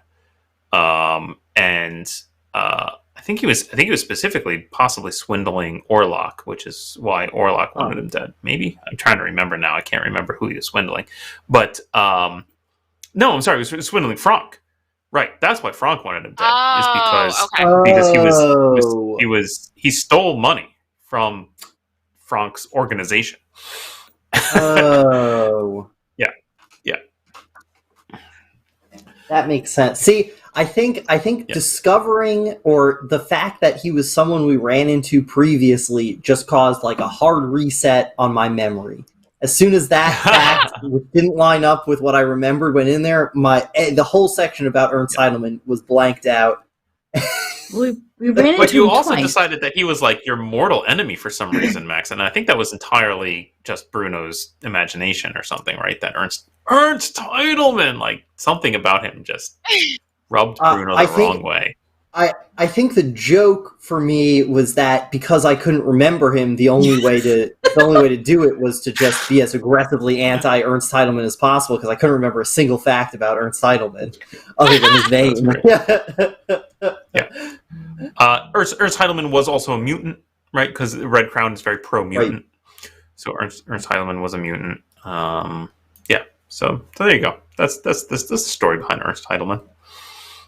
Is one of the things of the writing of the material that I like is this frequent foreshadowing where they a lot of times will put something in an earlier bit that is there for no good reason except that like you're going to bump into this character again later, you're going to bump into this person again later, and you know like Elvira or Ernst or whatever, and like you know they'll like click into your memory. Oh, we've seen this person before. They must be important. Or not. Or we bumped into them twice, and we are like, who? Because I thought it was. I do remember we bumped into him. I do remember we bumped into him a second time. It was specifically pointed out to me, and I was like, "Oh, hey, everybody! It's that weird bald guy or whatever with the book." And I think Bruno's bag had gotten stolen by kids, and so Bruno's like, "I don't care," and we went after the kids. And like that was when it all went wrong with Ernst Heidelman. Ignored the fact that we saw. We were like, okay, that old guy is there, and we're like, whatever. And Bruno's just like, I don't care. I want my bag. That kid's gonna die, and ran off to find the preschoolers. Yeah. Max was very upset about being robbed. I was upset about that. You kept stealing his stuff. It's so good. I love it. Bruno lost all of his stuff. Multiple times. Funny. He was so desperate to keep all his things. It's just he just somehow assembled a plethora of evil things, and then something went wrong and he had to lose it all. Oh my god, that jar! The jar. The Chaos Terrarium was I don't know. Fired. Oh wait, I don't think I now remember. Wasn't Bruno starting to like get to the point of corruption? I feel like Bruno was starting to be corrupted and was starting to grow a chaos organ of some kind. I think we just never quite saw the completion of that. I'm disappointed that we didn't run that through. I think partway through or you did a revamp on the insanity cards in general. Yeah. And then I think the whole corruption insanity thing fell off then, which is fine. It would have been funny if Bruno developed a mutation, but yeah. I think at some point I was hinting at the fact that Bruno was starting to grow a tail, wasn't he? Because he had four corruption points, and I think it's 6 that you have to roll on a table. Yeah. I think that's the 4th edition, but maybe it's Yeah. No, I think that's right. I think we just never quite reached completion on that thread. That would have been amusing. There's a lot of stuff going on. Yeah. I mean, Bruno get mutated though. For a guy who's so anti-mutant, for Bruno to get mutated, that would have been good. Yeah. Blood. You have a tail? It was more of a stump. I think. Yeah. Paul, I meant to ask you earlier. Was there any like boss fight or like fight that we totally skipped out on that you were kind of looking forward to, or something you'd planned that we just? I don't know. I mean, part of the reason that I really wanted to put this on a framework of OD&D is that I knew when it came to like fighting, I could just fall back into actually D&D stats are just so easy. I didn't really have to pre-think a lot, right? I had a couple. I have a little booklet here that just has some outlines of like this is what a mutant is like, and this is what a beastman's like, and this is what a skaven's like, and so I could just use that and then add or remove hit dice or abilities, and it was very, very quick. So basically the reason I bring that up is that like most of the time I didn't have like complex stats for bosses, that I would make them up on the fly pretty much as we were sitting there. Quick, this is what it looks like. Yeah. Oh, as always, so I don't think there was that wise. I mean character-wise. Yeah. Like, was there anything character-wise? Oh yeah. I mean, I'm disappointed you didn't meet the cockroach guy, but he wasn't really a boss fight. Me too, man. There's certainly some neat stuff in the castle. There was a chaos warrior in there you could have fought, which would have been fun. And of course, I was ready for a much more interesting fight at the end with the second time you met Gutbag. And that kind of quickly just kind of sidestepped that one. Gutbag and Bruno having a real wizard's duel, essentially months or years after a fake wizard's duel, was really funny. That was good. Total accident there. Just thought I would give Gutbag a little something to make him a little heftier. And I was like, oh yeah, look at this. Real wizard's duel. Great. Real wizard's duel? I loved watching that. If the whole thing had gone bad, Mina still would not have contributed to that fight. Because I was sitting there, I was like, the last time I waved this stupid wand, I think it messed up, and I was like, I'm not really convinced Mina's gonna help the way. I don't think I had time. I was like, the first thing I'm gonna do is shout to Mina, if this goes wrong, you cast a real spell. But I don't think Mina's gonna do it. I think I'm gonna get killed by Gutbag. My apprentice. There was as we were rolling into the final episodes there, I was definitely consciously going through the old books and trying to pull out like who needs to reappear one last time before the game ends. I was like, I need cameos from every character. I need to, bring them back one last time just for fun. So I was glad to find an excuse to get Gutbag back. Yeah. Was not expecting to roleplay Sigmar so much. That was an interesting angle. Didn't really see that going that direction when I put Sigmar in there. So what's supposed to happen there with the that cave? Like, are you supposed to actually get? Yeah, ultimately, it's for me reading it. I felt it was kind of a letdown. Is that Galmaraz is just there? There's Galmaraz just floating there, and you take it, and woohoo, you got Galmaraz. I was like, that feels like a bit of a letdown. Like, I don't know, I want something more interesting than that. Yeah. So I put Sigmar there too. Nice. I thought that was a great ending to the game to put us in the position we were just least capable of handling. You don't think we were good advisors? Just to have Sigmar completely separated from the modern world, not ready for it, and us not really knowing what we're doing was really funny. Like, we meet God the episode after we forget to buy any food before going on a long trip through the woods. Like, the very next day, we're advising God, President God. Buy food before you go on a trip. Yeah. A lot of that comes from me having this silly little book, which I can't remember where the heck I bought this, but it's just called The Life of Sigmar. It's this tiny little book. It's very cute, and it's some random RPG shop I bought this at, and it's literally just tales about Sigmar. It's just a little storybook, like, and you know, reading it, it's like, okay, it's cute to like get some background about the lore of Sigmar, but I personally just love it to use it as a real prop. Of like, no, this exists in the Warhammer world. Like, this is legit. And so from reading it, I was like, well, now I know a lot about Sigmar, and the legend of Sigmar is at the end, he just walks off. He just goes and disappears into the mountains to go help some dwarves with something, and it just vanishes.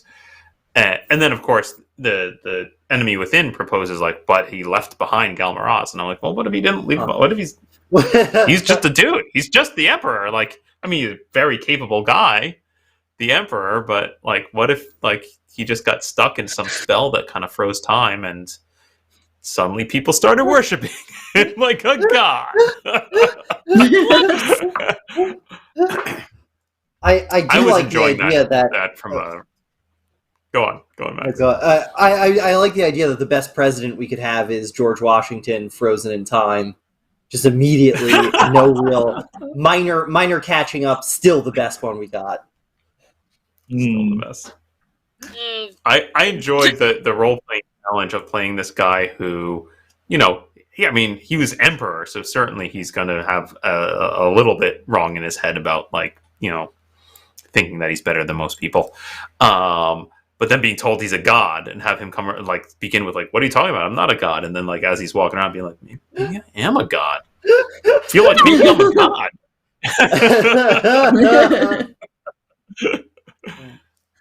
How does one know if one is a god? And we, instead of helping him, we push him into the delusion that he's God. Yeah, right. It's convenient to us. I was kind of inspired by the bit in Groundhog Day where Bill Murray's like, maybe God's not God. Maybe God's just been around for a long time. Just so yeah. I do have a question. If Sigmar is just like stuck in this mountain, who spoke to Indigo? Oh, that's an excellent question. So there's a temple to Sigmar, right where I mean, this gets a little bit into like the metaphysics of the Warhammer world, and is there such thing as gods, and how does magic work? So in the book, it doesn't really specify, right? It just says here's this temple, and when you come in, you know, these words appear in your head, and blah blah blah. You are the chosen of Sigmar. Go and help them and do good things, which was fun. It was a great moment for, I think, Indigo, of sort of like giving him a whole new outlook on life. So who was it? Well, it wasn't that guy. It wasn't that frozen Sigmar, certainly. I like the explanation most that all magic in the Warhammer world ultimately comes from chaos.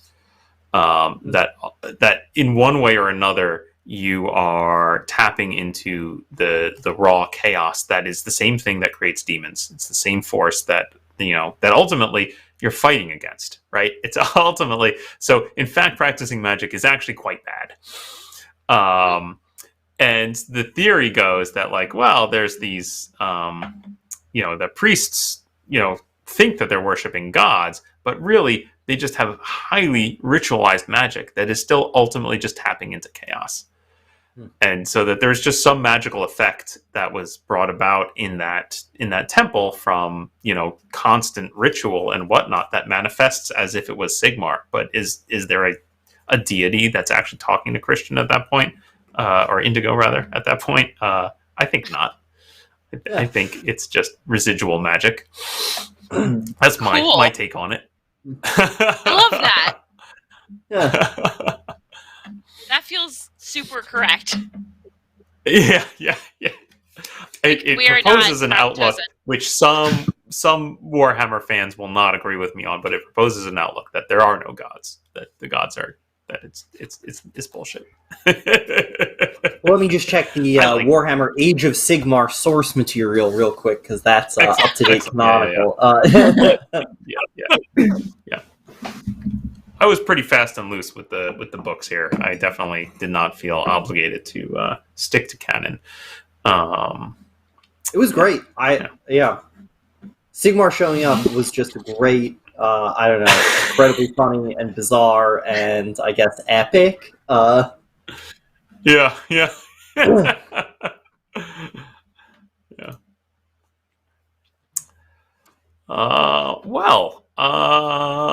We have got just maybe about 10 minutes left here. Does anybody have any last thoughts on the campaign? Anything else you want to ruminate on about what you liked or didn't like, or questions you still have? I would like to know everyone's favorite part. Excellent. So I've had trouble picking one, so...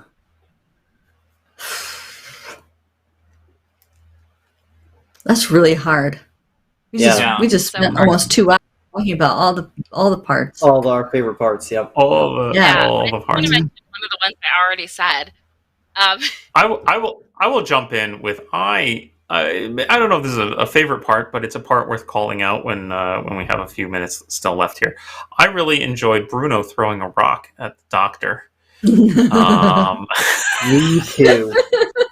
Oh, God. It was like the one moment where, like, I really thought, that Bruno's inability to really do anything, that it was just going to fail and the rock was going to clatter against the cobblestones, and you just nailed it. You just like aced all the dice, and dice were just like, no, this is going to happen. That was a moment, I think, right, where the dice decided the campaign is going this direction now. Yeah. It's like, all right, that was my favorite. You hit him square in the head, and you knock him out. That was definitely Bruno's slipperiest moral moment of instantly taking advantage of the fact that he nearly killed that guy to take his place.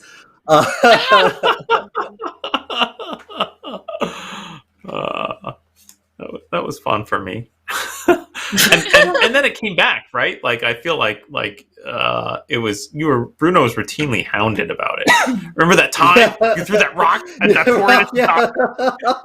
Nearly killed him. Yeah. Who else has a favorite they want to call out? My favorite part was the terrible castle. Castle von Wittgenstein. I think was good. Yeah. It was beautifully foreshadowed by us aggressively being like, we're not going to the castle. Not going there. Nothing's going to bring us to the castle. If something tries to, we'll say no and we'll do something else. And then winding up in the castle and it being precisely as bad and somehow substantially worse than our darkest night was just really satisfying. Like, oh, we never should have come we were right. Right. The castle is in fact really awful. Yeah. It's just the slow realization that it's the picture on the cover of the book, and we're completely screwed trying to avoid it. I remember like, basically landing at the castle and like ending the episode, and then like Paul just holding up the book like, psych! Well, you thought you were going to avoid the castle. I mean, the box set here comes with a giant fold-out map of the interior of the castle. Wow. This is what the adventure is about, is going to the castle. I didn't want to go, though. Have you considered? You really didn't want to do it. Yeah. Oh, great. It was so good. It's a terrible place. We heard some terrible things about it. It was terrible. And then we get there, and the villagers are all weird, and I forget what mutant abomination was chasing them or plaguing them that day, but we were like, oh boy. Oh, that's right. We had and then one of the nobles comes us. down and just assassinates a bunch of people randomly. Yeah. Yeah. That castle. I particularly enjoyed what got you finally to the castle was the, oh geez, we need a whole bunch of drugs. Where can we get some? So good. And to have what was I'm trying to remember Frank's cousin's name. Sergey was just like, all right, I got this lead. It's at the castle. Oh god, I remember like the horrible sinky feeling, like when he was like, "Well, I haven't gotten it, but you know where you can get them." Oh god, miserable. Yeah, that's good stuff. I Andrew, have to Colleen, go got with... a favorite moment you want to call it? Oh my gosh. gosh. Oh, sorry, go on, Max. I was going to say, we've already talked about it, but I have to go with Mina and Jana's first attempts at flirting was just so funny. And Jana's response being incredible patience and interest as opposed to outright, like, disturbance was so good. Like, Mina seems like she's bombing it, but I think she's doing good. Like, I think it's working. I was not expecting that to work at all. And just the fact that that was so sweet. She was so sweet. And your flirt, it never got better. At no point did it seem like you ever got more comfortable. It was the same level of intense discomfort. It was so funny. Oh man. I think Mina was just like, does she like me? Do people like me? Doesn't seem right, but okay. I'll keep doing this then. Oh man, that was so fun. God, just again, I already mentioned this, but that whole scene at Ariette's parlor was just like pitch perfect. Really good. Yeah. Oh, you know what I really enjoyed that we haven't mentioned? That time, speaking of shopping, where I went to buy a bunch of books and Yeffy came with me and bought Pink Goes to Market. That was Pink Goes to Market. Yeah. Oh my god. Pink Goes to Market. The book series. The trilogy that no one asked for. Yeah. And whenever Colleen had to write or do something in character as Yeffy trying to write or read, it was just always flawless of someone who did not really know how to read or write. It's because I've been teaching my son. I've been teaching my son how to read this entire time. So I've been listening to him figure out how to sound words. So I just, I love him dearly, but I was just like, okay, I know what this sounds like. Yeah, I know. That's amazing. That is amazing. Well done. And I enjoyed tossing in. I think there was some ancient library you were in, and I was like, I need some like ancient version of Pig Goes to Market. And it was like Swine Goes to. I can't even remember what it was. Pantheon. Yes. Oh my god. Swine Goes to the Colosseum. Manon's cookies. Like anytime I had a monologue. Manon's cookies was good. Yeah. I personally enjoyed. There's two different scenes. One, I can't remember who did it. It was either Mina or it was Bruno. When we were fighting the giant rat, the Skaven, and we almost all died because the lightning rod went off. Mm-hmm. That was Mina. Okay, I thought it was you, but sometimes That Bruno was so also almost funny. kills us. No, I did that. That like, whole twice. scene was. I almost killed everyone twice. It was like a perfect storm where we're just like, oh god, and then we all rolled and we're like, oh no. And I had 1 hit point left and everybody else was critical. And I was like, oh my god. We almost all died. It was only because I have like crazy agility. And you were the only one left standing, right? Yeah. And I had to figure, I was like, what do I do? Oh my god. But no, just the look on everyone's face. We're like, I'm like, Mina was just like, I'm gonna cast from this rod, and we're like, well, wait, no, we're inside, and it's just, the aftermath of definitely in a game run by with that spell. Because in early games I played with Dan, I had a wand of lightning bolt, and I didn't realize the specifics of the like expanding fucking bolt or whatever, and I did the exact same thing and wiped out, so shot it down a hallway that your friends are in is just a surefire way to kill everyone you know.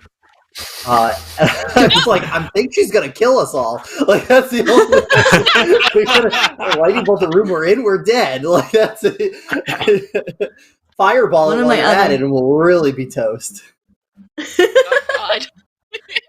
One of my other all-time favorite scenes is Max, you wrote a letter, and then you actually wrote a letter explaining to Elvira that, you were not meant to be. And having Paul read that letter out loud. That was so good. Oh, Yeppy, man. and how Yeppy still didn't understand the letter. And Elvira going, do you understand what platonic means? Platonic? And then platonic. But I love that you actually wrote the letter and you sent it to Paul, and then Paul had to read that piece of work. I also wrote Bruno's memoirs of the journey thus far, I think to give to Andy when she started. Yes, you did. Yes, you did. And I read that and I was like, this is hilarious. I have no idea what any of this means. I have no idea what's happening. Once I was done with it, I was like, what the fuck was the point of this? This was a useless document to help anybody. Like, oh, it was so funny, though. I was like, okay, well, that's who Bruno is, I guess. I understand very well what Bruno's character is. Subscribe to Patreon, and you too can get free copies of the random in-character Bruno letters. Excellent. You gotta send that to me, Max, and we'll post it on the Discord for all our patrons to. I do have it somewhere. I'll find it. Fabulous. All right. Well, I think that about wraps up our time. We are just at the end here. So thank you, everyone, for joining us as we ruminate about our favorite bits and whatnot of 10 Dead Rats, two-year-long campaign. And join us next week as we dig into Kids on Bikes, run by Colleen. Kids on really Bikes. looking forward to that. It should be fun. Bikes. Should be fun.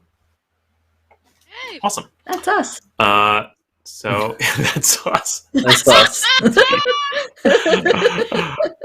Awesome.